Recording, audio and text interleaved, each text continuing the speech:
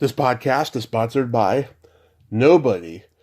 Hey dudes, welcome to Splat from the Past, the only 80s themed horror sci-fi show where things can get totally radical. Now today I will be welcoming a very talented singer-musician. Her name is Darlene Koldenhoven. She played a choir nun in the Sister Act movies. And she's had just an amazing career in general. She sang backup on Pink Floyd's Momentary Lapse of Reason album.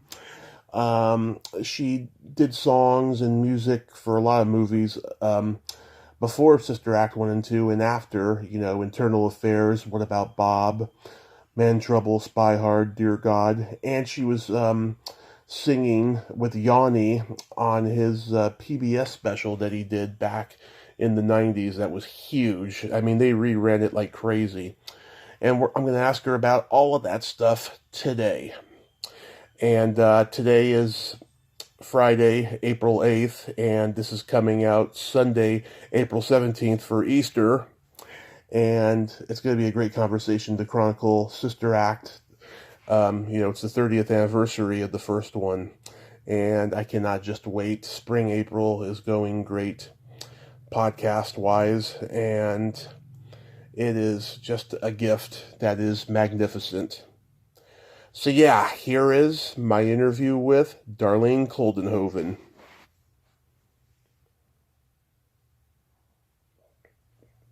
Hey Darlene, welcome to the show. How are you today? Good, how are you? I am just spectacular. This is such a great honor. Thank you for taking the time. My pleasure. So, going back in time, what age did you start gravitating toward music? Well, when I was 3 years old, my mother had me sing in church on Easter Sunday morning. Mm-hmm. So I started at 3, and as a shy little girl, when I saw 200 people staring me in the face, I lifted my dress high over my head so they couldn't see me.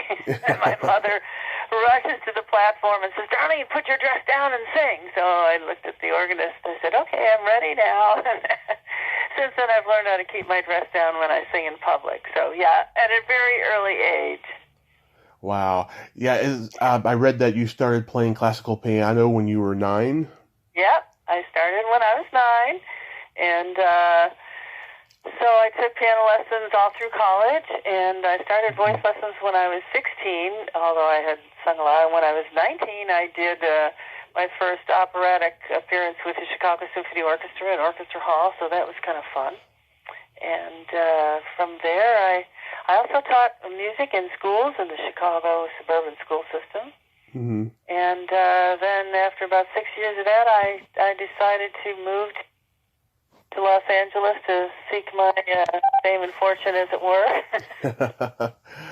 Yeah, and I read, too, that you later overcame some damage that was done to your hand, which you couldn't play piano for a long time. That's right. Yes. A couple of things, actually, to that right hand. Once when I was 14, and the fingers were cut, but about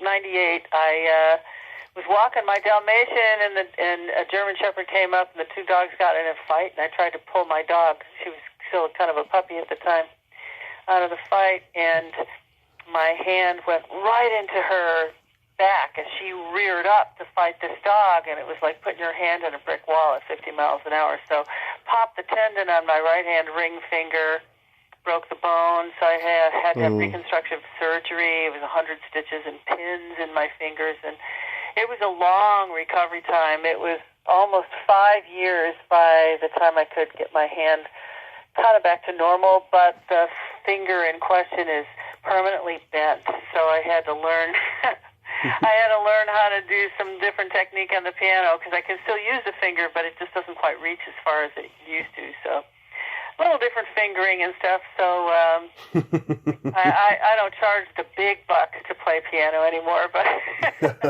but I managed last year to put out 2 solo piano albums, new age, relaxing music, classical crossover solo piano albums. So that was really fun. Yeah. That's amazing. God bless you for that.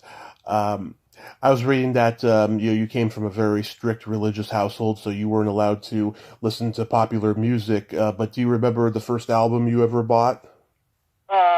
No, but I remember the first sheet music I bought, and my mother had a fit. It was Moon River by Henry Mancini. And it was I was 14, and I bought it. It was like 25 cents, my allowance back then, and I Hmm. bought it, and I was so excited because I thought it was such a beautiful song.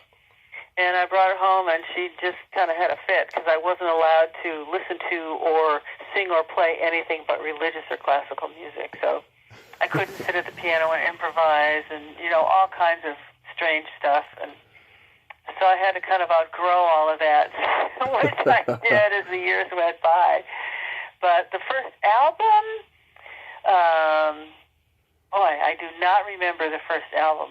I mean, because I wasn't allowed to buy too many albums, but maybe it was Pink Floyd, Dark Side of the Moon, maybe that one. So, Yeah. but then the beauty of that is years later, Yep. when I moved to Los Angeles, I got a call to actually sing with Pink Floyd, and so I was a vocal contractor, Right. and I hired two other gals and myself, and we sang on the whole entire album called A Momentary Lapse of Reason. Hmm. So that was Yep. like a dream come true, I'll say, because once you hear, singing on the Pink Floyd, Dark Side of the Moon, you go, oh, God, I want to sing like that, and then I got to sing like standing next to David Gilmour at the session, and he was there, and all the guys were there. It was really great. It was a lot of fun. Yeah, that was actually my introduction to Pink Floyd. When I was 4 years old, I used to see the Learning to Fly video ad nauseum on MTV. I mean, they played it all the time, and that's where my fandom for Pink Floyd began. That is so cool. Yeah, was Bob Ezrin good to work with? Bob Ezrin was great to work with. I had worked with him on Rod Stewart album and a couple other albums, so he was great to work with. By the way, I just heard David Gilmour release the first music in like 28 years. It was a song for the Ukraine, and it was released today, I think, or something like that. So that's kind of cool to hear him out again. So Yeah. Did they ask you to go on tour with them? no, because I did a lot of. I sang. I was a studio, what's known as a studio singer. So I sang. I could read music really well, and I have a 5-octave range, and I learned real quickly, and so I was singing on movies and records and commercials and everything, full time for, many, many years. And then on the weekends, I would play live gigs, and party schedules and stuff. So no, I didn't go on the road with them. And that was the same thing that the director asked me when he was interviewing me for Sister Act. He says, well, we understand you're quite a busy session singer and you might not want to, give us 6 weeks or more of your time. So I said, well, let me think about it. So I went home and thought about it, and I called him the next day, and I said, yeah, I'd love to do it. So. Yeah, because I know the McBroom sisters who did go on tour with them for years, and they told me the last two shows of the tour they would pull pranks on each other. One night, the guys would flash the girls on stage, and then the next night the girls would flash the guys on stage. The only difference is the audience didn't get to see the women's breasts. Only David Gilmour and the rest of the band did. Yeah. Yes, all kinds of fun little pranks and tricks go on after a while, because you're like family when you go on the road, so it's hysterical. Yeah. Oh, do you remember the first concert you ever attended? Well, that would probably be in Chicago at Hollywood Bowl, Grant Park. It had the band shell outside, and it was a concert of Beethoven music and the piano player, and that's what inspired me to really get serious about the piano at a young age. Was that concert, So again, only classical music until I moved out of the house, right? Yeah. So that's that, Yeah, I totally understand that. Wes Craven didn't see a horror movie until he was in college. He only got to see Disney movies growing up because his family was so religious. Yeah, that would do it. So you you moved to Los Angeles. Did it take a while before you could get any work there? Well, no, not really. Although I had never done any recording sessions in Chicago before I moved here. Mm-hmm. And when I got here, I found that all my belongings and everything I owned was stolen back in Chicago. And so I came here with my car, my little brown Celica, and 2 weeks worth of wool turtleneck sweaters and pants because I'm coming from Chicago in January, and $400 to my name, and that's all I had. And so no connections or anything, but when I called home to let my mom know I got here, she says, well, your high school called and they're organizing a reunion, and a classmate of yours is doing recordings and stuff, so here's his number. So his name was Pat DeVono, and he also was from the south side of Chicago like me. Mm-hmm. And he was doing sound-alike albums for, the Kmart Pickwick label. And my first recording session ever in life was a Fleetwood Mac sound-alike. So I did a few of those. And how it works is if you do really well on that, then somebody will call you for the next one. If you do well on that, somebody calls you for another one. So it's very word-of-mouth kind of industry. You got to be fast and quick at learning, and if there's charts, you got to be really, really good at reading music, and if there's no charts, you got to be really good at, making the stuff up or picking it up after they sing or play it for you the first time, and you go, okay, you hear it once, and you go, okay, I got it, and then you get on the mic and sing. So I was pretty quick at all that kind of stuff, so I managed to get in pretty good, but a lot of people come out to LA, they're just not prepared enough. I was lucky I came out with skills, before I did. And I also taught piano lessons to, producers, the Paul Monash who produced Butch Cassidy and the Sundance Kid. Mm-hmm. His kids I taught piano lessons to. And so various other people I taught piano lessons. So I always had some kind of income in addition to as my studio work built up, Mm-hmm. And then after about 3 years, I didn't have to solicit work. People just knew who I was and called me, Yeah, that's always good. That was very good, yeah. You started working in the music department for movies. You had a song in the end credits of Internal Affairs. Yeah, well, it wasn't a song per se in Internal Affairs. That was an interesting call. That's a great film, by the way, with Richard Gere. Right. The composers called me, and I went into the vocal booth, and there was a little monitor in there, and they would play the movie, and I would watch the little numbers go by to the split seconds. And then Mike Figgis, the director, would say, sing something ultra high here and start at this number and end by that number. And then I would watch the film and just kind of emote in whatever range they wanted me to sing in. So I used all my 5-octave range in that film, from low stuff to high stuff, and that was all an improvisation. So that was a really, really interesting film. So when you and they just had some kind of reunion about that, or they finally got the CD score. The film score came out to that, so that got a little bump a couple years ago too. And it was really fun hearing all that music again that I had improvised, and really gives you this eerie feeling, when you watch the film. It was quite emotive. It was very cool. Wonderful. And then, let's see, one of the funniest comedies ever, What About Bob? You did something for that, right? Yeah, What About Bob was a great film.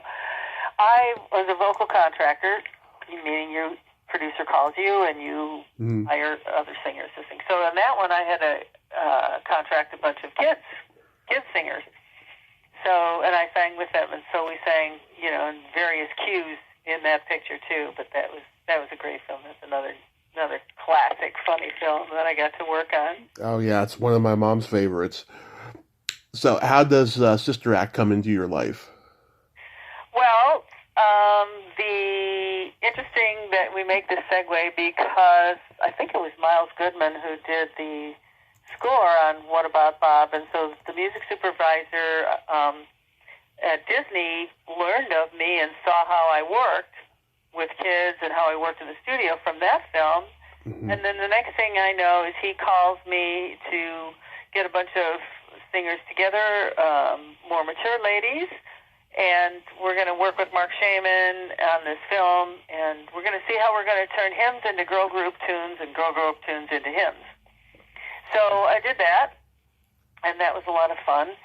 And for me, it was just another recording session, and then I got called a couple weeks later from the casting department, and they said, we're going to add one or two ringers, real singers mixed in with this group, and can you come down and we want to bring your headshot and resume, and we want to, just chat with you briefly. So all I knew was that the movie was about nuns. I didn't know anything about it, and that it starred Whoopi Goldberg. That's all I knew. So I go down there, but before I went down there, I had a nun's habit that I owned from when I sang an opera in college called Soirée Angélique. It was a movie about nuns.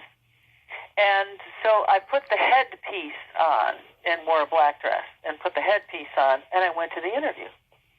And they looked and they said, oh, nice, thank you for the resume, blah, blah, blah. And it was like I wasn't even in the room for like 3 minutes, and they said, thank you very much, and we loved your outfit, fine. So I leave, I think nothing of it.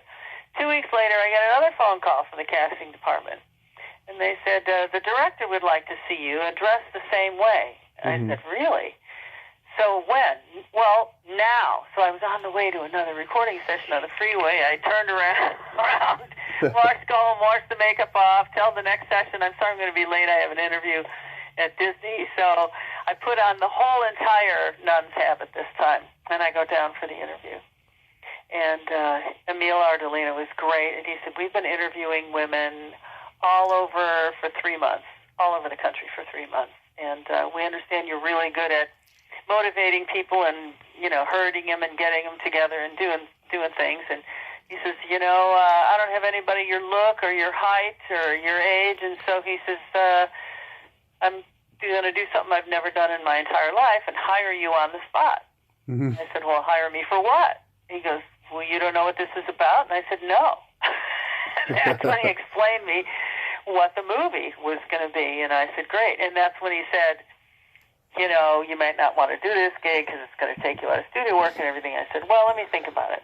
So I thought, boy, that's kind of courageous to, just say that when, hundreds of women all over the country would have, given anything, to be in this film. So I called him up the next day and I said, yeah, I'd love to do it. So that's when they explained that I would be the production vocal coach. I was going to be coaching the women, teaching them how to sing and all that kind of stuff. And I was kind of a music director. I was the real-life music director and stuff. Whoopi would watch me conduct, and then, of course, she did her own thing on that.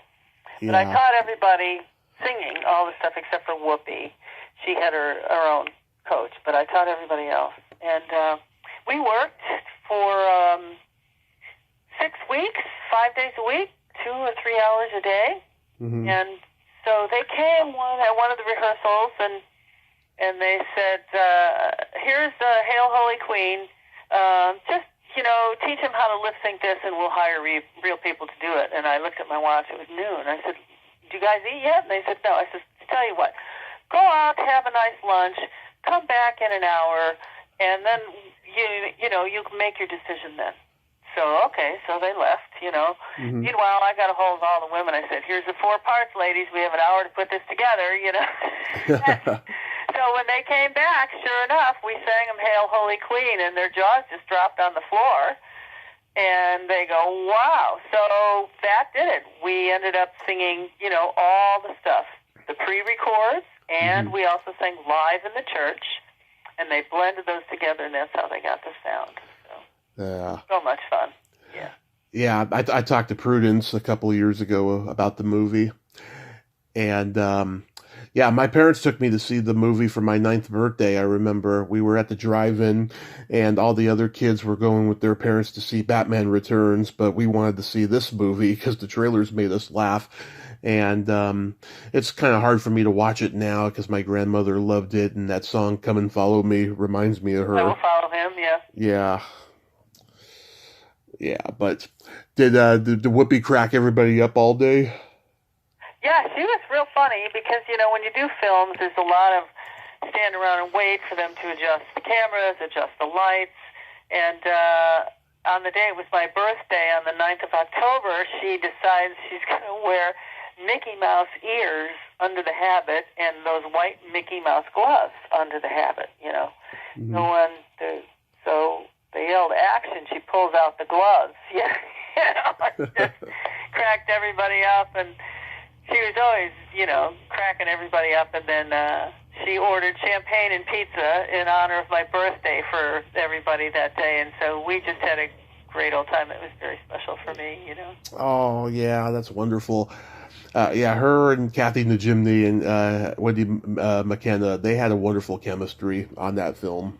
And Wendy, she was the last one to be hired. She got hired like only a week or two before we started shooting, mm-hmm. so I didn't have a whole lot of time to work with her on all the singing. She ended up singing all the choral stuff with us.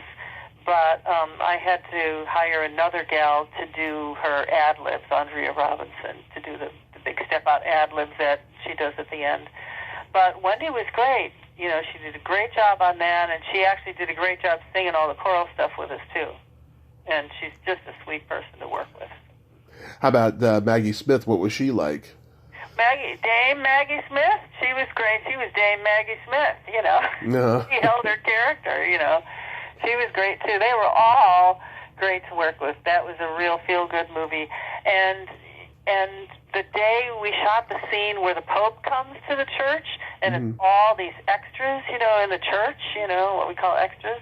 Yeah. And on the break, I would go around and, you know, mingle around and listen to people talk and stuff, and they were all saying, oh, man, if church was like this, I'd go back to church and stuff like that, you know. So that's when I had a sense of, this could be, you know, a very influential film. And I know that a lot of people and church worship services started to change around that time to, you know, allow more popular music into it as opposed to the traditional classical stuff that was played in churches. So, yeah, we had a little influence there, I think. Yeah, that's so cool. How was making the second one?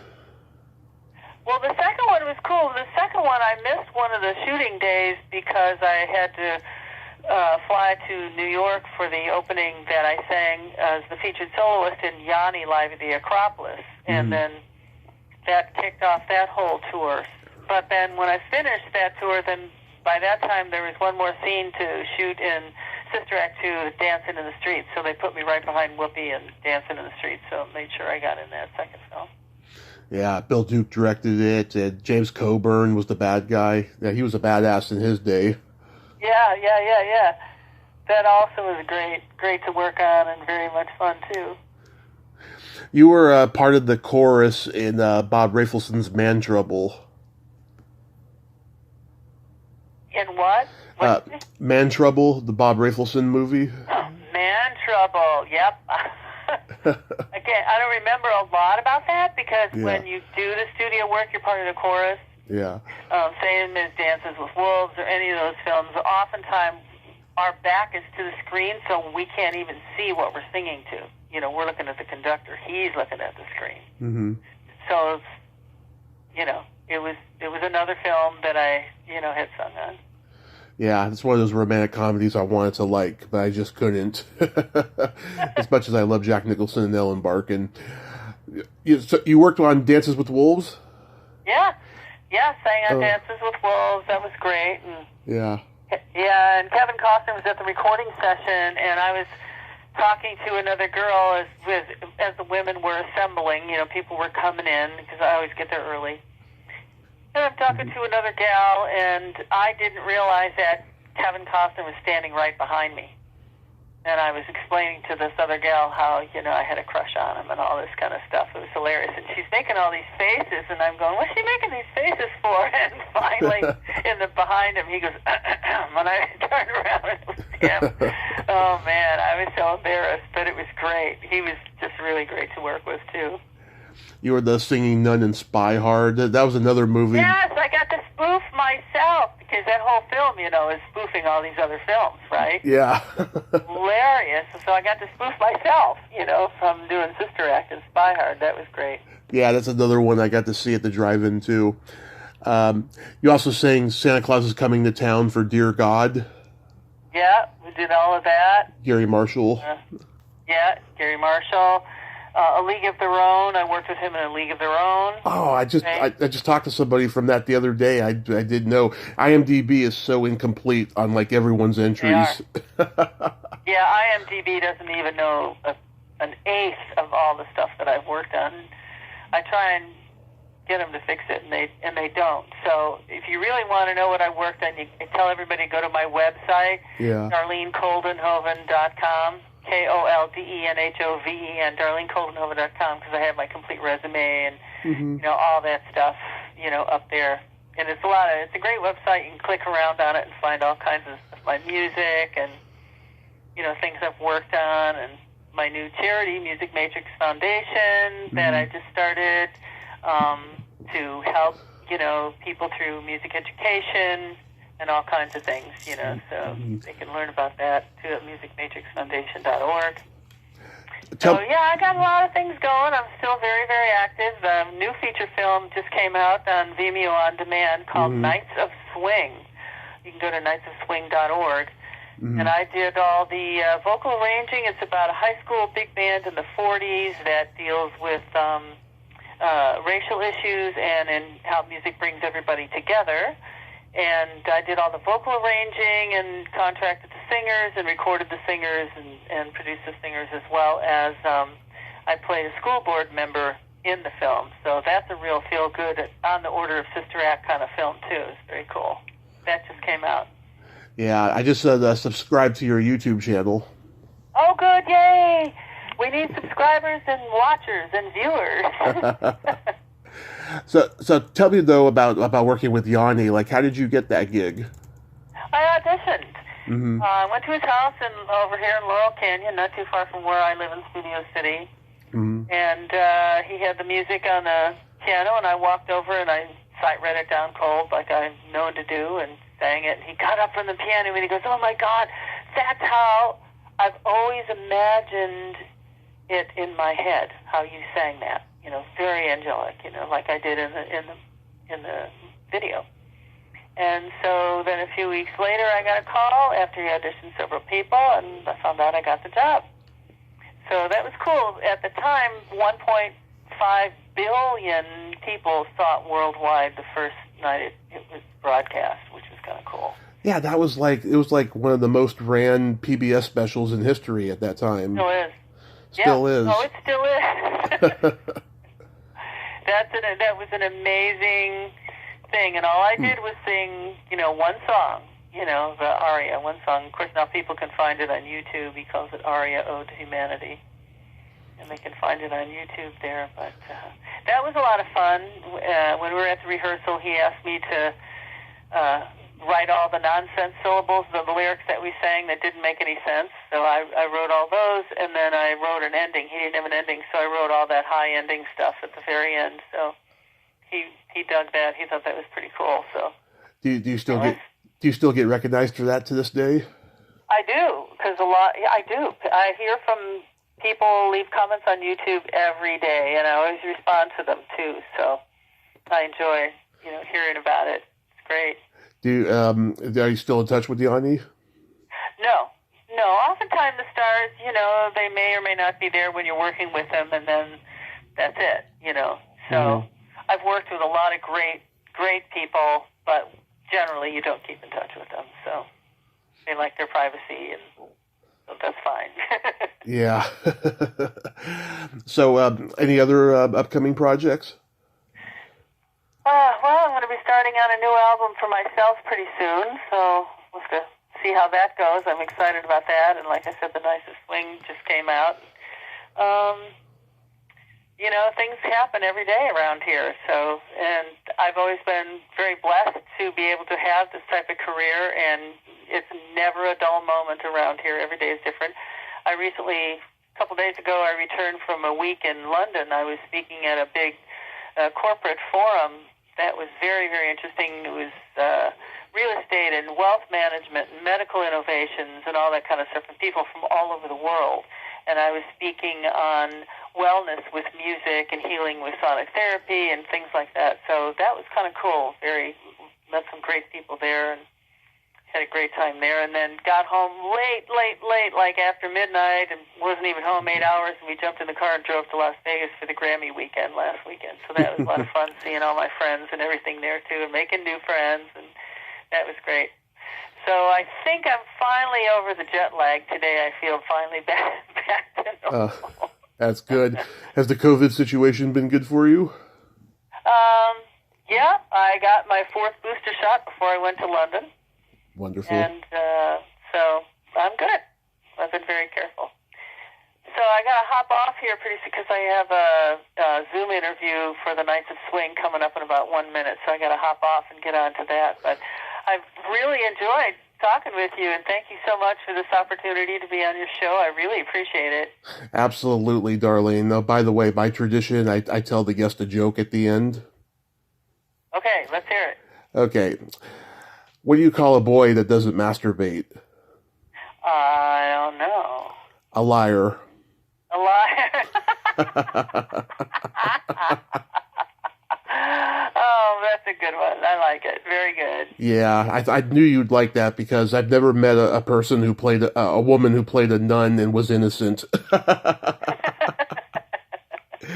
Darlene, thank you so much for coming on today, and I hope that you have a happy Easter and that your projects go to full fruition, and I'll keep up with you on your YouTube channel and what have you. And thank you for friend requesting me the other day. Oh, you're welcome. My pleasure. Okay, you have a great day and stay safe. Thanks. Bye-bye. Bye-bye. Well, there you have it. Darlene Koldenhoven. Ain't she a sweetheart? Oh, what a great lady, huh? And that was a great conversation that we had. She is a blessing. Just a wonderful lady. Well, until next time, this is Tommy Throwback Kovac saying, there's no shame in living in the past, because the present sucks. Later, dudes. Happy Easter, everyone.